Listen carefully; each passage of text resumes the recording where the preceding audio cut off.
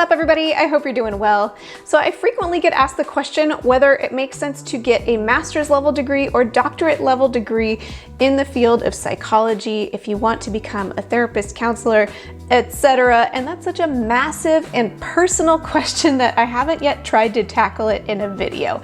But as I'm approaching maternity leave and I'm needing to make the process of scripting and filming and editing these videos a little bit easier on myself, I thought it would be helpful to just share the story of why, if I could go back and do it over again, why I would get a master's degree instead of a doctorate degree in clinical psychology. And that way you could at least glean from my personal story and, maybe it's helpful for some of you all looking into graduate school. And it's so important to be clear that I'm not at all saying that I think all folks should get a master's degree instead of a doctorate degree.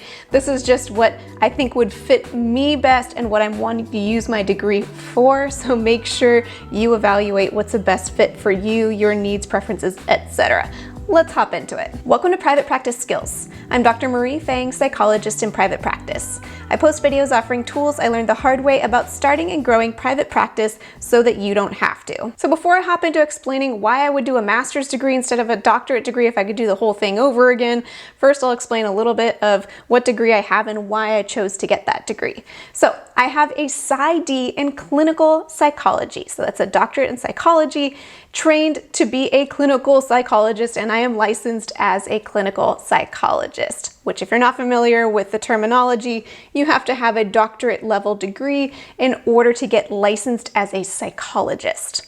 With that said, the reason why I decided to get a doctorate degree instead of one of the many master's degrees available is because rewinding way back to my undergrad days when I was applying for graduate school, I was trying to figure out what path was best, maybe like some of you watching this video, and I just felt completely confused and overwhelmed, and I also didn't have fully accurate information about the nuanced differences between the different types of degrees. And in my mind, I knew that I wanted to be primarily a therapist. I wasn't wanting to focus on research. I wasn't wanting to focus even on assessments. I wanted to be the best therapist that I could be. So to figure out what degree would suit me best, I consulted with my professors, and I went to a very research-focused academic institution where the professors weren't therapists, they were researchers. So I'm realizing in retrospect, the information I was getting was based on kind of their hearsay rather than their personal experience. But based on the information I compiled from professors, I thought that if I got a doctorate degree, I would be the best trained therapist possible. At a master's level, I'd get a sufficient amount of training, and that at a doctorate level, I'd have more clinical therapeutic training. I also had a pretty clear inkling that I would want to teach someday, and as like a 20-year-old undergrad student, my only picture of what teaching looked like within the field was at a university level. And I thought, well, if I want to teach at a place like the university I'm attending at, I would be required to have a doctorate degree, which is true, but I'll get into anyway.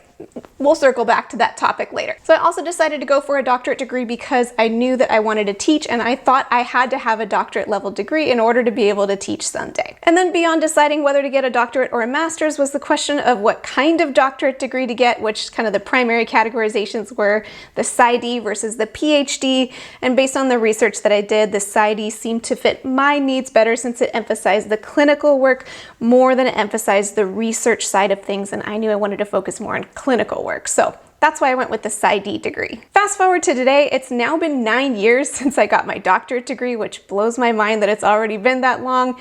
And given what I know now, in retrospect, if I could do the whole thing over again, I would most likely get a master's degree instead of a doctorate level degree. So let me dive into the reasons why. Given that probably the biggest reason why I opted to go with a doctorate degree instead of a master's degree is because I wanted to be as therapeutically equipped as possible when it came to meeting with my counseling clients. In retrospect, I now know, at least at the program I attended, that the master's level degree and the doctorate level degree both had the same baseline therapeutic training. And rather than it being that the doctorate level with its extra years of training added on additional therapeutic skills and all of that, instead, those additional years of training were focused more on research and assessment-based skills. And those two items are incredibly valuable, but those are not my specific interests. I'm not really interested in doing assessments, and research has never been in my wheelhouse. I can appreciate other people's research and implementing it.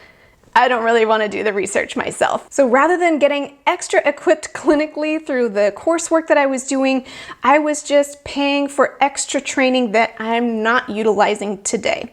And one piece that I'll mention that is true is because of the longer program and the type of PsyD program that I attended, I did get tons of practicum and internship exposure compared to most master's level therapists. I remember as a postdoc, I already had several thousand clinical hours of training, and many of my fellow master's level postgraduates had maybe only a few hundred hours of clinical training. With that said, we all still need the same amount of clinical training in order to get licensed, at least in the state of California. It's 3,000 hours, whether you're a doctorate or a master's level therapist. And so I could have gotten all of those training hours after I graduated rather than bleeding out tuition money and basically not getting paid for free labor to get that training while I was still a pre-doc. And that's a nice segue into the next big reason why if I could go back, I would get a master's level degree instead of a doctorate. And that's because the doctorate degree is far more expensive than the master's degree. Now, don't get me wrong, all the degrees are really expensive unless you go with a doctorate level program where you're working under somebody else's research grant, in which case maybe you get a tuition stipend or you might even get paid a little bit of money to do that. That wasn't the type of program I wanted to attend because I wanted to focus my research wherever I wanted to rather than based on whatever somebody else's research grant was. But the doctorate level degree takes longer, you're paying tuition that much longer, you're delaying the potential to earn a proper post-training income later, and your student loans are a lot higher. And I'm telling you, if you haven't started grad school yet, or if you're in grad school, the majority of my friends who are psychologists, regardless of how old they are and how well they're doing in the field, are still paying down student loan debt. Just think about that for a little bit. So you'd have to earn more income just to cover all that debt that you're probably accruing in grad school with a doctorate degree. Now, earlier I had mentioned that another big reason why I decided to go with a doctorate level degree instead of a master's level degree is that I knew that I wanted to teach someday. And it is true that if I wanted to teach at an academic institution, like where I did my undergrad training, then I would be required to have a doctorate degree. With that said, knowing what I know now, personally, I'm not very interested in teaching at an academic institution like where I went to undergrad, and that's because at an institution like that, the primary focus from their faculty is on generating original research that brings in grant money to the institution, and it's kind of like, oh, by the way, you also have to teach classes, versus emphasizing finding teachers who are really passionate about the teaching aspect of teaching, and either research isn't required or is less emphasized. And most of the time at institutions where research is not so emphasized, the doctorate degree is not a requirement.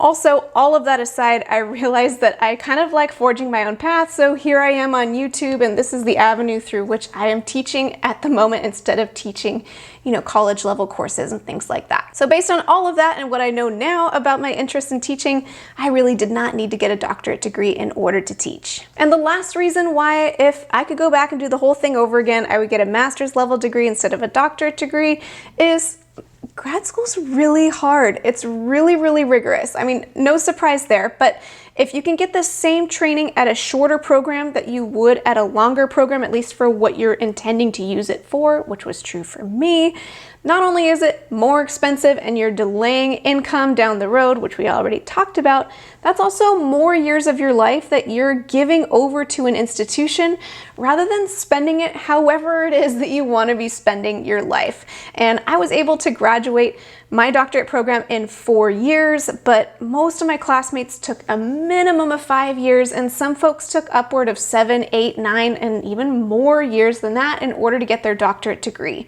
And given that I wanted to use the same level of training that I could have gotten at a master's level degree, all those extra pieces that I got at a doctorate level training aren't things that I'm utilizing.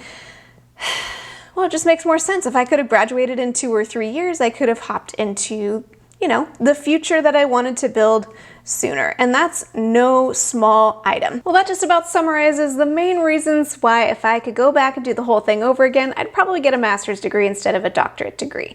Let me repeat something I said at the beginning. I don't at all think that this is a blanket truth for all people.